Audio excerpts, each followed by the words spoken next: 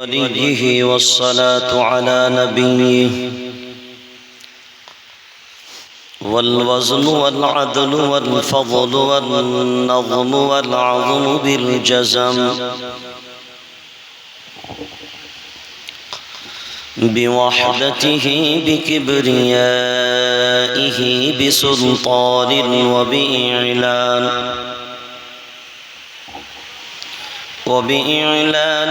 وبإيمان وبإتقان وبيان في فرقان وحده لا شريك له وحده بوحدة موحدا بوحده موحدا بوحده وحيدا وأحدا بلا مدد وجدد ونصب ووصف في الكمال وحده لا شريك له ولا نظير له ولا مثل له ولا مثال له ولا وزير له ولا مقارن له ولا مكاظم له ولا مداني له ولا مضارع له ولا جلد بلد ولد جسد رسو جزو نزو عزم له ولا جذب وصف عيب كعب بيت خصم له ولا وزير له ولا مقارن له ولا مكاظم له ولا مناذر له ثم نشهد أن سيدنا وسندنا وحبيبنا وحبيب ربنا وطبيبنا وطبيب قلوبنا ومولانا محمدا عبده ورسوله صلى الله تعالى عليه وعلى آله وأصحابه وبارك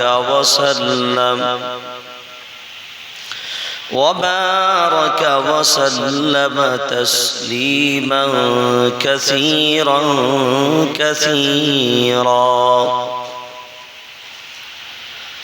أما بعد فأعوذ بالله من الشيطان الرجيم بسم الله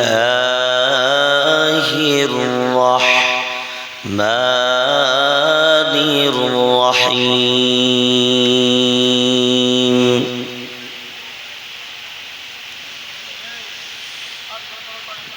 إنما يعمر مساجد الله من آمن بالله واليوم الآخر وأقام الصلاة وآتى الزكاة ولم يخش إلا الله فعسى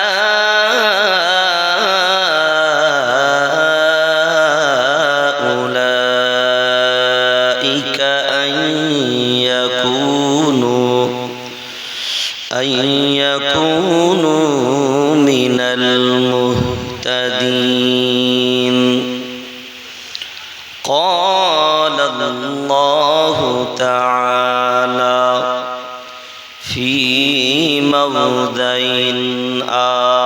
آخر وقال النبي صلى الله عليه وسلم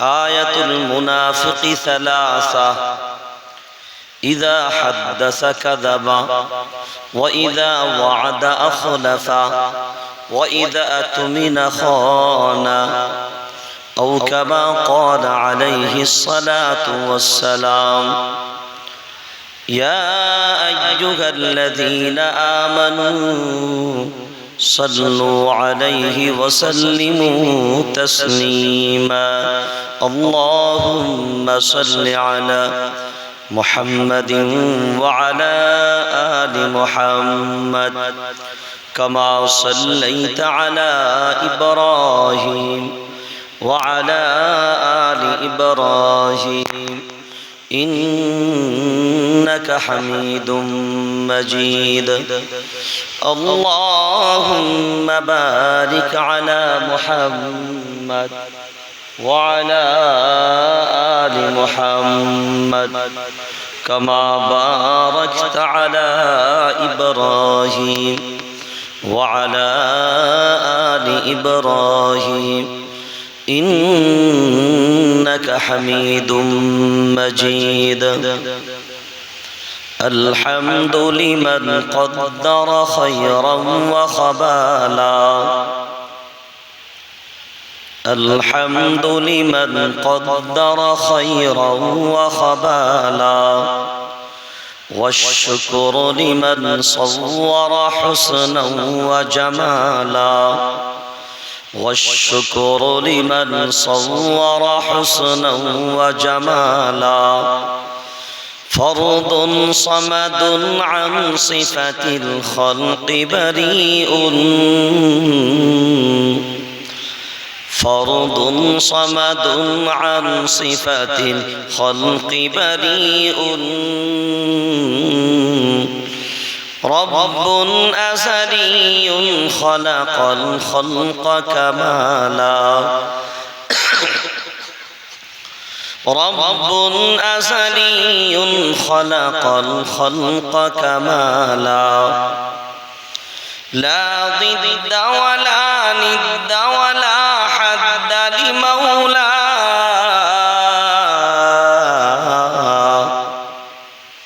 لا ضد ولا ند ولا حد لمولاه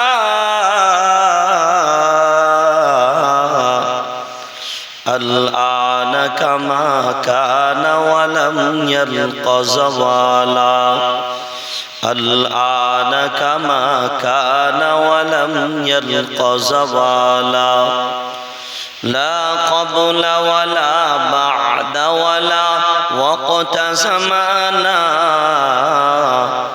لا حاجب ولا مانع لله تعالى لا تشرك بالله ولا رب سواه لا والد ولا ولد ولا أم دخالا لا والد ولا ولد ولا أم دخالا الحمد لله সমস্ত প্রশংসা মহান আল্লাহ তাবারক ওয়া তাআলার জন্য যিনি আমাদের প্রত্যেককে আজকের এই পবিত্র কোরআনের বরকতপূর্ণ মজলিসে এলাকার বিভিন্ন প্রান্ত থেকে আরামের বিছানা ত্যাগ করি এই পবিত্র মজলিসে আসার ও বসার সুযোগ দান করেছেন। প্রাণ খুলে জবান ছেড়ে মাবুদের দরবারে তার শুকরিয়া জ্ঞাপনার্থে উচ্চ আওয়াজে মিলিত কণ্ঠে একই সাথে একই বাক্যে এক আওয়াজে বলি আলহামদুলিল্লাহ। আজকের জলসার স্বনামধন্য সভাপতি, আমন্ত্রিত অতিথি, বিশেষ অতিথি উলামায়ে কেরাম, মঞ্চে ও সামনে উপবিষ্ট সমস্ত উলামা হযরত, আইম্মায়ে মাসাজিদ, সামনে উপবিষ্ট দিনদার ইমানদার দিন দরদি ভাই সকল, পর্দা নসীন ধার্মিকা মা ও বোনেরা, সকলকেই জানাই আন্তরিক শুভেচ্ছা, মোবারকবাদ, অনেক অনেক অভিনন্দন। মাইকের আওয়াজ যতদূর পর্যন্ত যাচ্ছে, আইবিডিআইবি গোয়েন্দা বিভাগ, প্রশাসনিক বন্ধু, সরকারি আধিকারিক সহ ভিন্ন ভিন্ন ধর্ম অবলম্বী যারাই আওয়াজ পাচ্ছেন, আজকের মঞ্চের পক্ষ থেকে সকলকে মোবারক ও সাধুবাদ জানাই।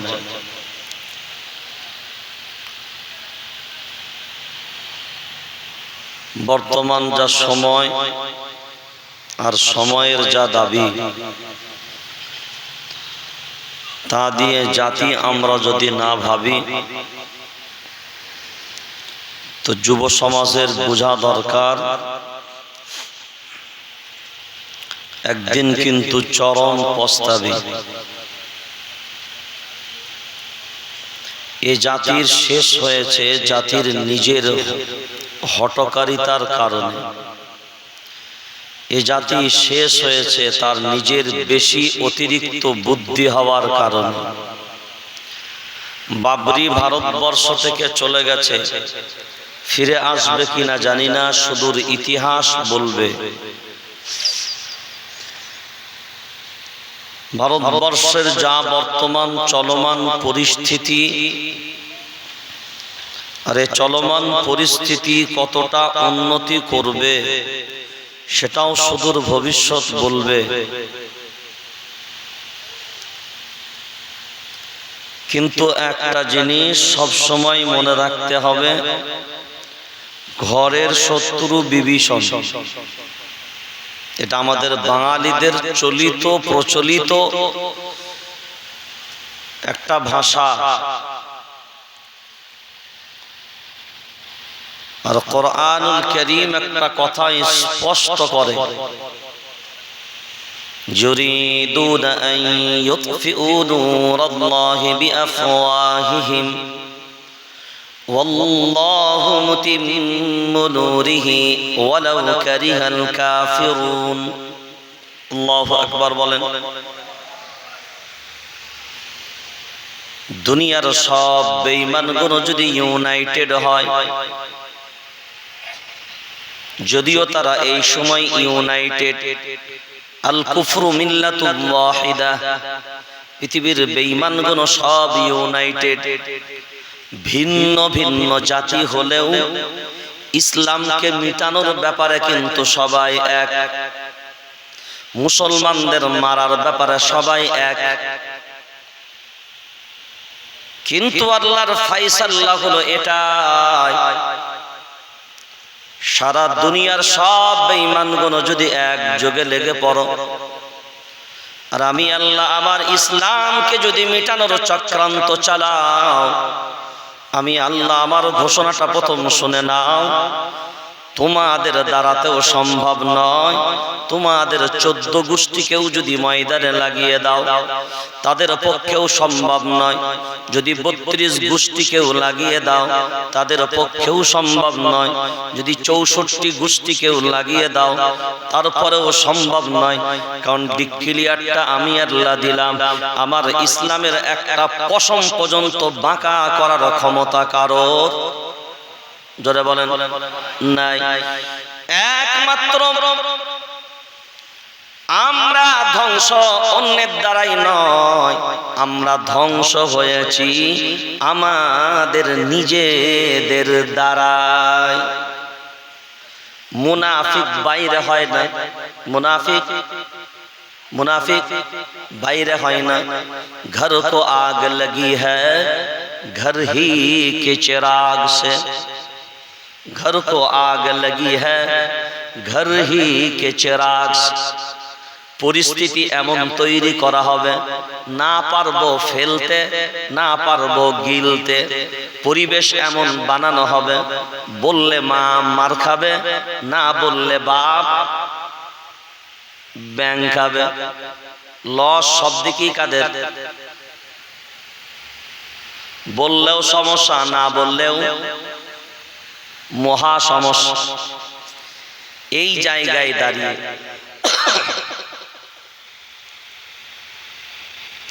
বড় কঠিন সময়ের মোকাবেলা জাতিকে করতে হবে।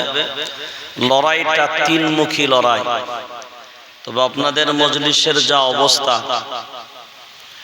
যদি এই বাইরের ভাইগুলো একটু সামনে আসেন, এই অধিক রাত্রিতে দুটো কথা বলতে অন্তত একটু সুস্বাদু মনে হবে, আর না হলে যেন স্বাদহীন কথা বলা মনে হবে।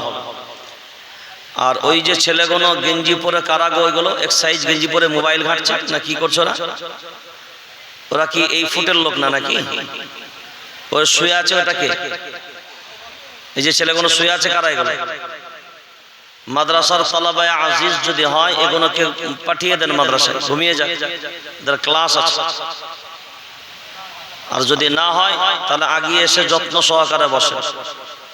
হ্যাঁ হ্যাঁ ভাই, প্লিজ মেহরবানি করে একটু আসেন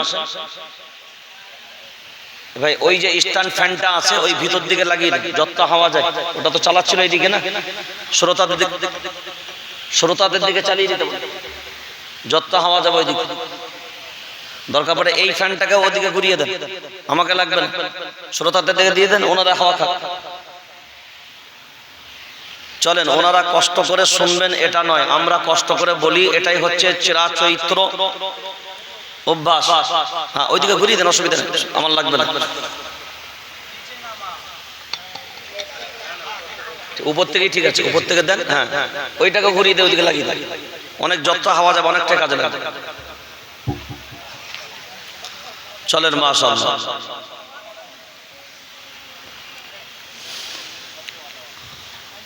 তো আল্লাহ তাবারক ওয়া তাআলার ফয়সালা যেটা,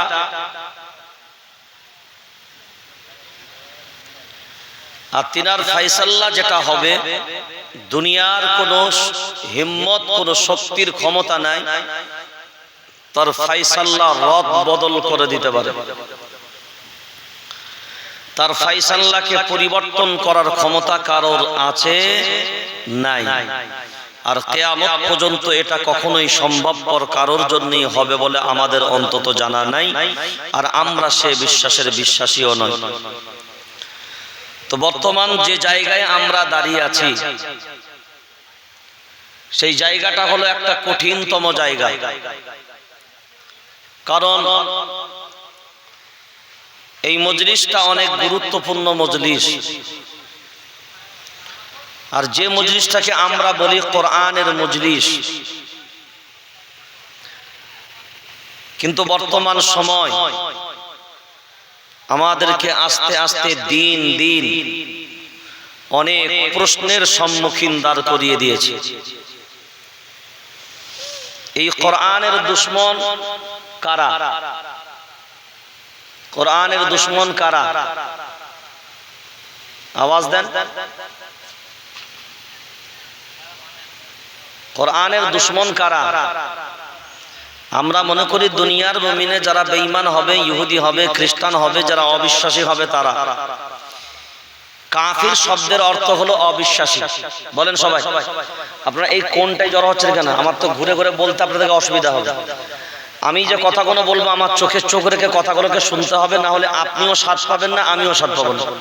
হ্যাঁ, একটু এদিকে সরে আসেন যাতে করে কথাগুলো, আর না হলে আমার চেয়ারটাকে এরকম ঘুরান দিকে আমি আপনাদের দিকে ঘুরি, আর এইদিকে যারা আছেন তারা এইদিকে আসেন, মানে জানো আপনাদেরকে আমি সামনে পাই, আপনারা আমাকে সামনে পান, তাহলে কথা বলে একটা তৃপ্তি হবে। দাঁড়ান, আমি আর একটু ঘুরি, তবে চলেন। কিন্তু এটা তো আবার থাকবে না মনে নাকি, দাঁড়ালেই হবে। চলে চলে চলে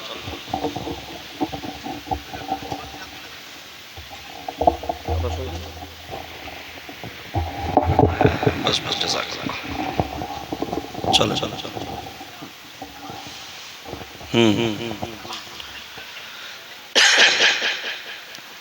এবার আসেন। নিঃসন্দেহে হাতে একটা কিতাব নিয়েছি। এই কিতাবটার নাম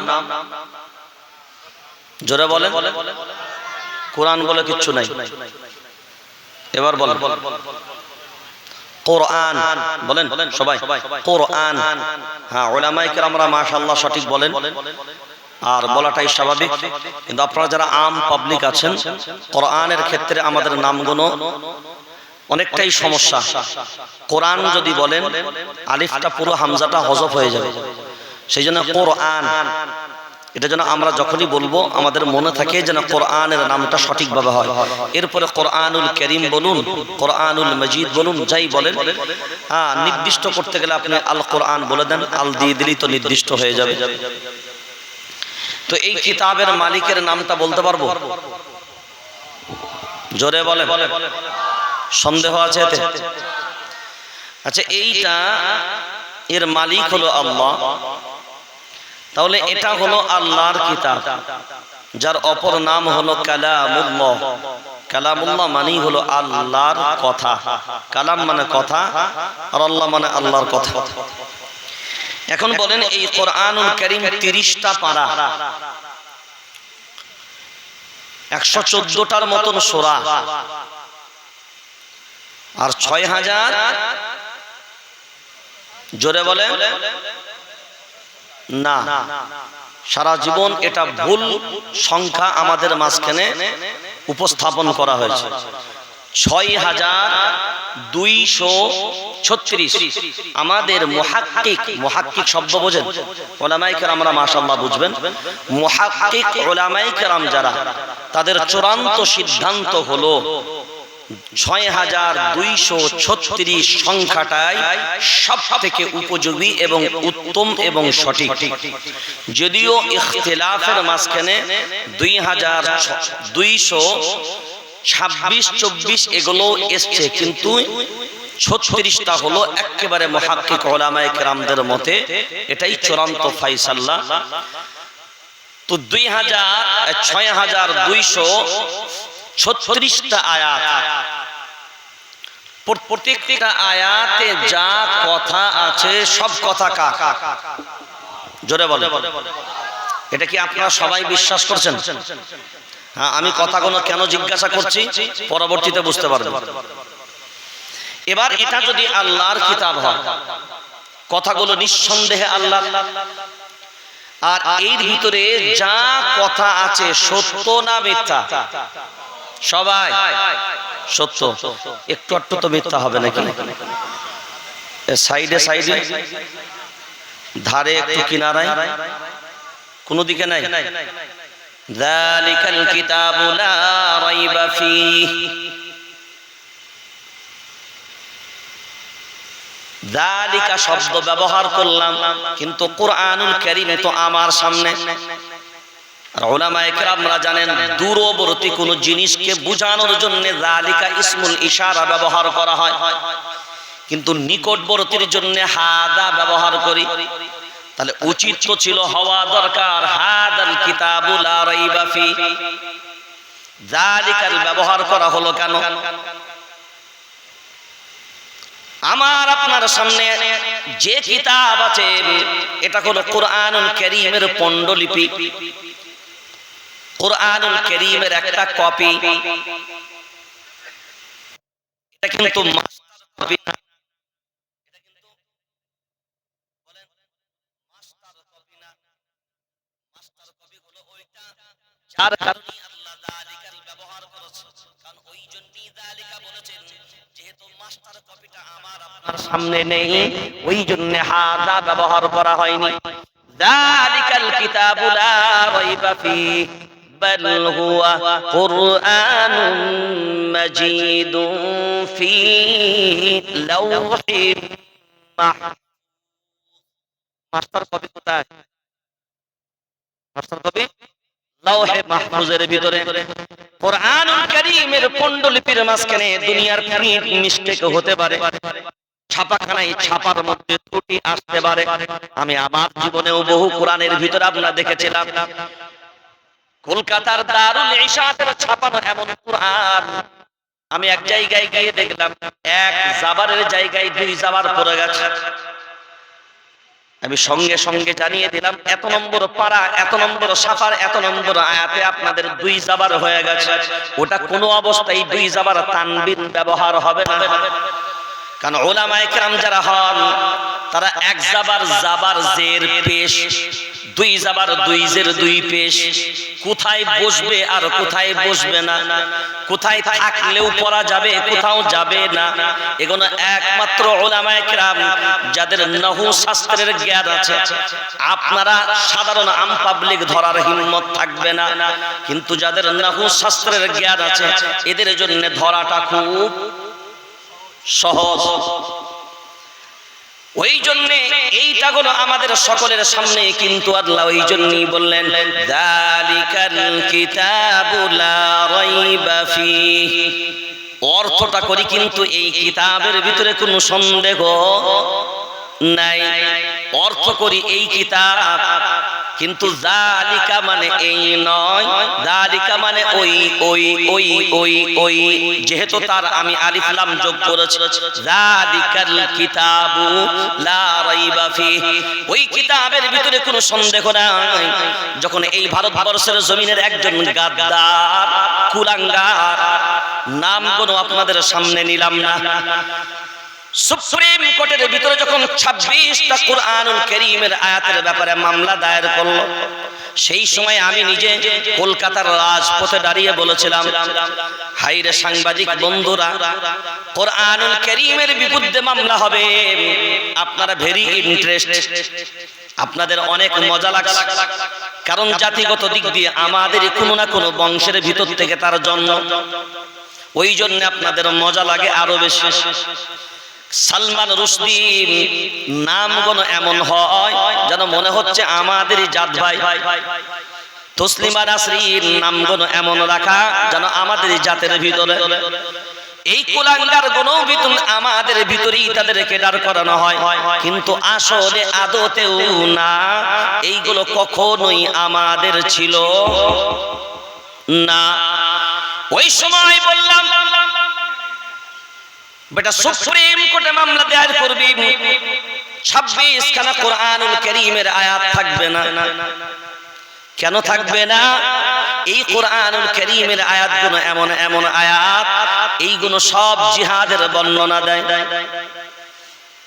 এইগুলো মানুষকে মোটিভাই করে এমন জায়গায় অন্যায়কে প্রশ্রয় দেওয়া যাবে না, অন্যায়ের বিরুদ্ধে সোচ্চার হওয়া লাগবে, অন্যায়ের বিরুদ্ধে জবান খোলা লাগবে। ওয়ামা লাকুম লা তুকাতিলুনা ফি সাবিলিল্লাহ ওয়াল মুস্তাদআফিনা মিনার রিজাল ওয়ান নিসাই ওয়াল বিলদানিল্লাযীনা ইয়াকুলুনা ربنا أخرجنا من هذه القرية الظالم أهلها واجعل لنا من لدنك وليا واجعل لنا من لدنك نصيرا। الله أكبر বলেন।